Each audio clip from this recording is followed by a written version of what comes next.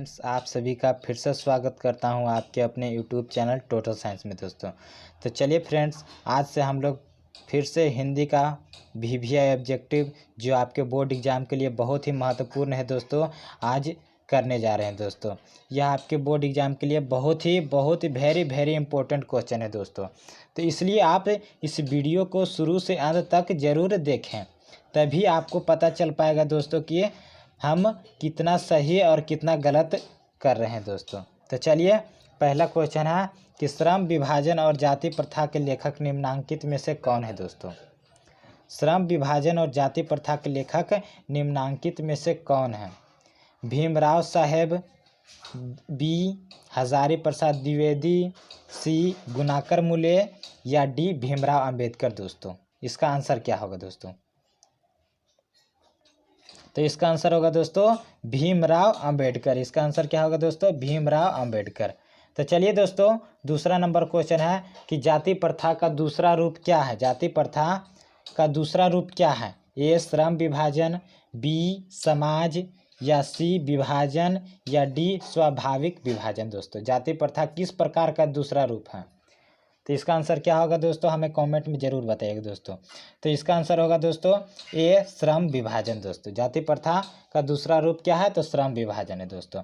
तो चलिए दोस्तों, अगला क्वेश्चन है 3 नंबर की जातिवाद के पोषकों की इस युग में भी कमी नहीं है। जातिवाद के पोषकों की इस युग में भी कमी नहीं है। लेखक भीमराव अंबेडकर ने इसे ए बुरी बात मानी है, बी आपत्तिजनक कहा है, सी विडंबना कहा है या डी विशेषता कहा है दोस्तों। इसका आंसर क्या होगा। तो इसका आंसर होगा दोस्तों सी विडंबना कहा है दोस्तों। सी विडंबना कहा है। चलिए दोस्तों, 4 नंबर क्वेश्चन है कि श्रम विभाजन निश्चय ही सभ्य समाज की क्या है दोस्तों। श्रम विभाजन निश्चय ही सभ्य समाज की ए स्वाभाविकता है, बी आवश्यकता है, सी उपेक्षा है या डी कालिमा है दोस्तों। इसका आंसर क्या होगा। तो इसका आंसर होगा दोस्तों बी आवश्यकता है दोस्तों। बी आवश्यकता है। चलिए दोस्तों, 5 नंबर क्वेश्चन है कि भारत की जाति प्रथा की एक और विशेषता है कि यह श्रमिकों का भारत की जाति प्रथा की एक और विशेषता है यह है कि ये अस्वाभाविक विभाजन नहीं है, बी शोषण और दोहन दोनों करती है, सी विभिन्न रूप हमारे समक्ष रखती है या डी उपर्युक्त कोई नहीं दोस्तों। इसका आंसर क्या होगा दोस्तों। तो इसका आंसर होगा दोस्तों ए अस्वाभाविक विभाजन नहीं है दोस्तों। अस्वाभाविक विभाजन नहीं है। चलिए दोस्तों, 6 नंबर क्वेश्चन है कि जाति प्रथा श्रम विभाजन का स्वाभाविक विभाजन इसलिए नहीं करता है। 6 नंबर क्वेश्चन है दोस्तों कि जाति प्रथा श्रम विभाजन का स्वाभाविक विभाजन इसलिए नहीं है कि यह मनुष्य की खाली स्थान पर आधारित नहीं है।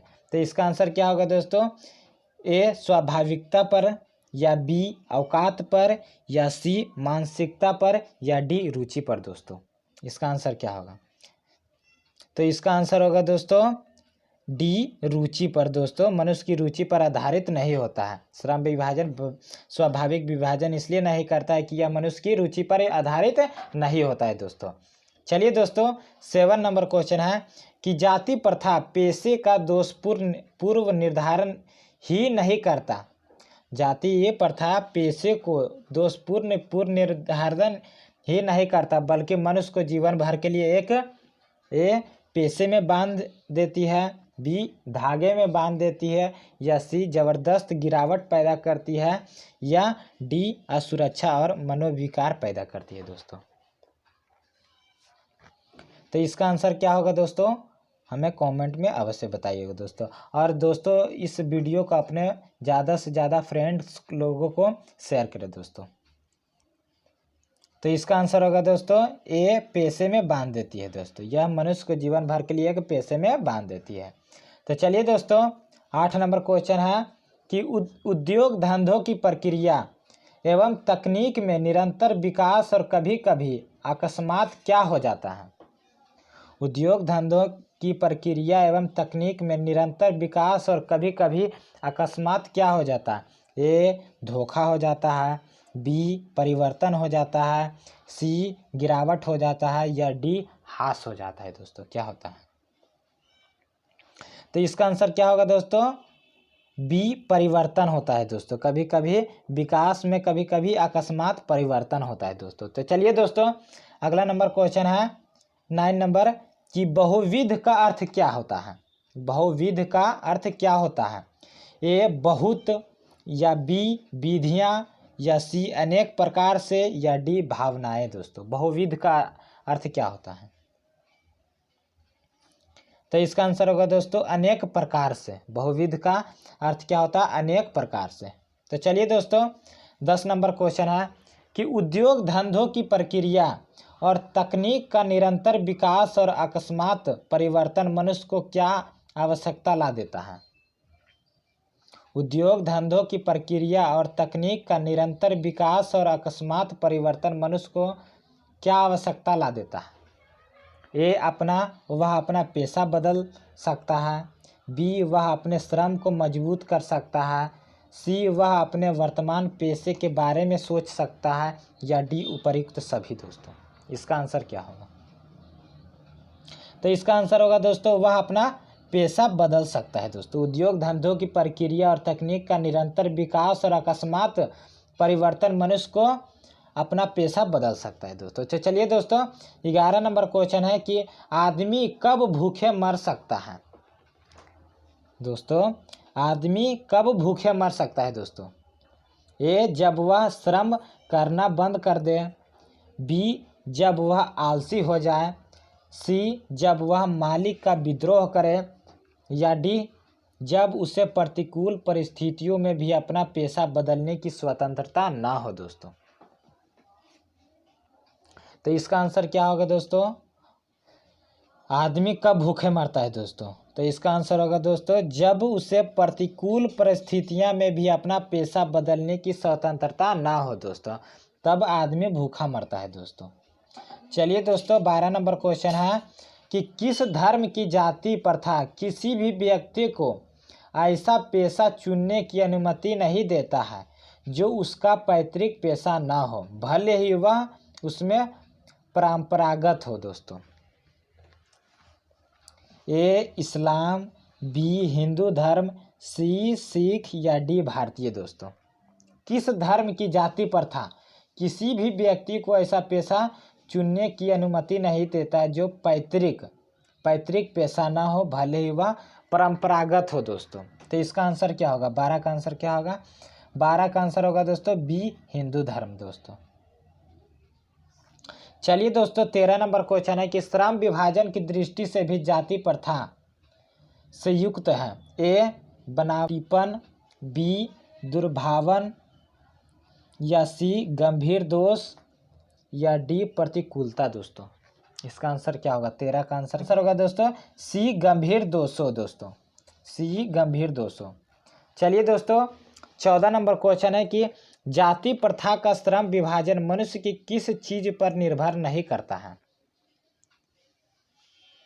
जाति प्रथा का श्रम विभाजन मनुष्य की किस चीज पर निर्भर नहीं करता है? ए साधना, बी श्रमिकता, सी कार्य प्रणाली, या डी स्वेच्छा। दोस्तों तो जाति प्रथा श्रम विभाजन मनुष्य की स्वेच्छा पर निर्भर नहीं करता है। दोस्तों स्वेच्छा पर निर्भर नहीं करता है। चलिए दोस्तों 15 नंबर क्वेश्चन है कि आर्थिक पहलू से भी जाति प्रथा ए हानिकारक प्रथा है, बी लाभदायक प्रथा है, सी दोषप्रद प्रथा है, या डी इनमें से कोई नहीं है। दोस्तों तो आर्थिक पहलू से भी जाति प्रथा क्या है? दोस्तों हमें कमेंट करें और बताएं कि इसका आंसर क्या होगा। दोस्तों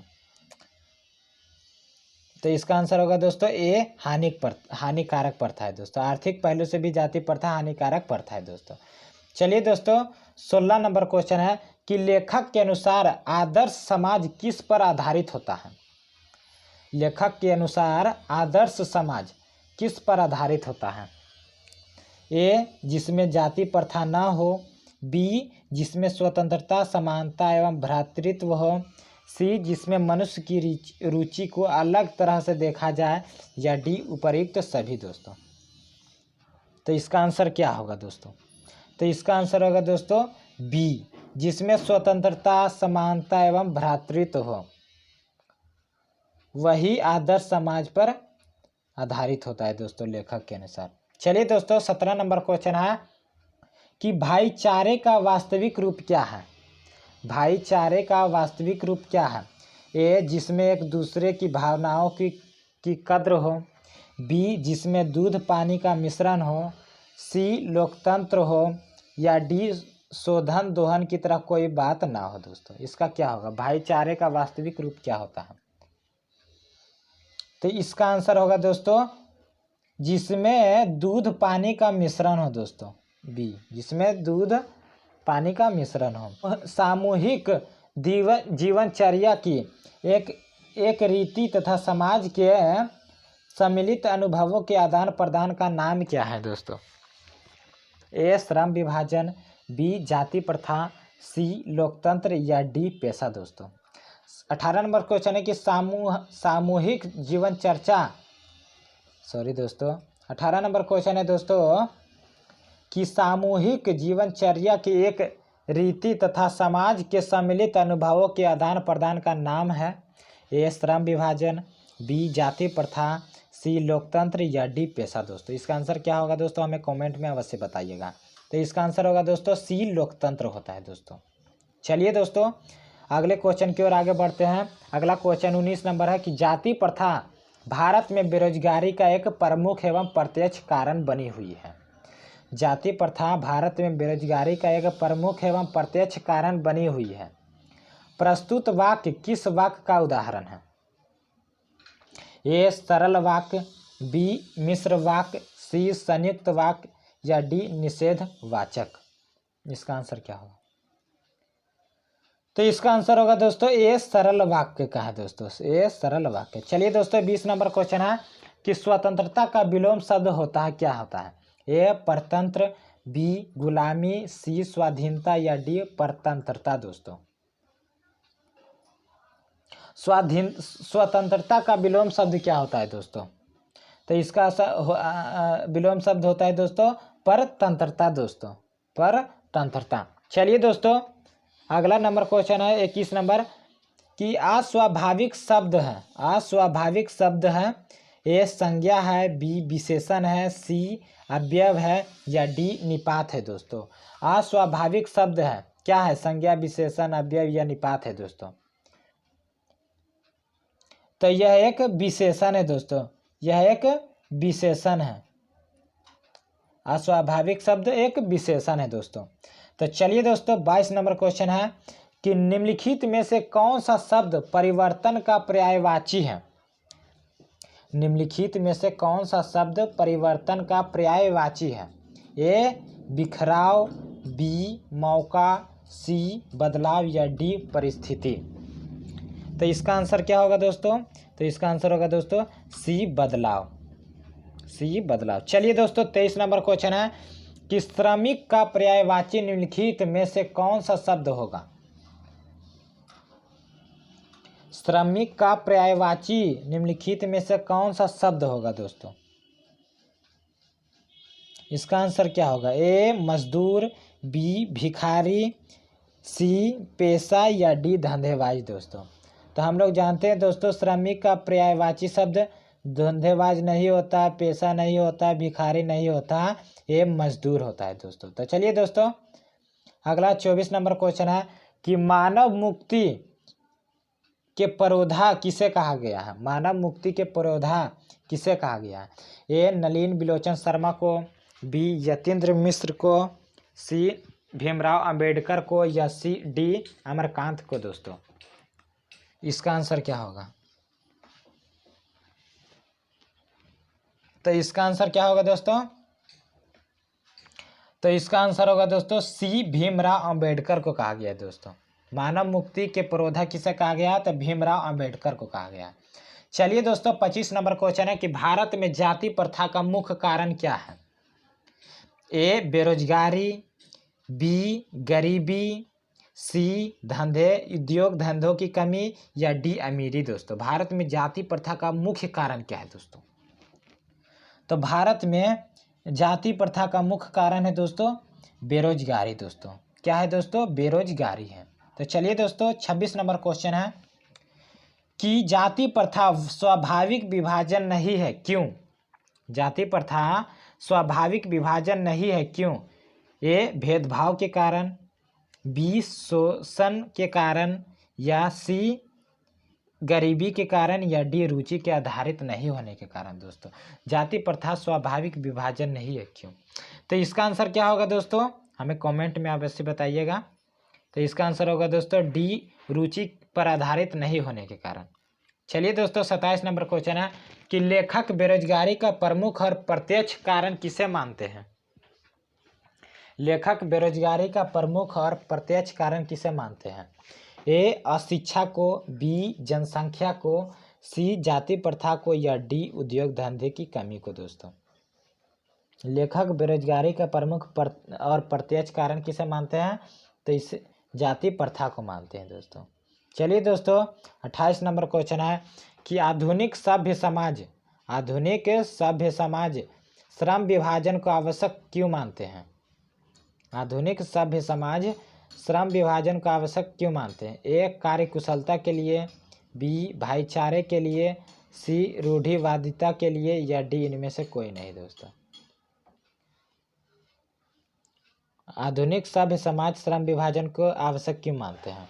तो इसका आंसर क्या होगा दोस्तों? तो इसका आंसर होगा ए कार्य कुशलता के लिए। दोस्तों तो चलिए दोस्तों 29 नंबर क्वेश्चन है कि श्रम विभाजन और जाति प्रथा पाठ बाबा साहेब के किस भाषण का संपादित अंश है? दोस्तों A the caste in India their mechanism, B genesis and development, C annihilation of caste, या डी हु इज शूद्राज। इसका आंसर क्या होगा दोस्तों? श्रम विभाजन और जाति प्रथा बाबा साहेब के किस भाषण का संपादित अंश है? दोस्तों तो इसका आंसर होगा दोस्तों सी एनिहिलेशन ऑफ कास्ट। दोस्तों सी एनिहिलेशन ऑफ कास्ट। चलिए दोस्तों 30 नंबर क्वेश्चन है कि अंबेडकर का जन्म किस परिवार में हुआ था? बाबा साहेब भीमराव अंबेडकर का जन्म परिवार में हुआ था।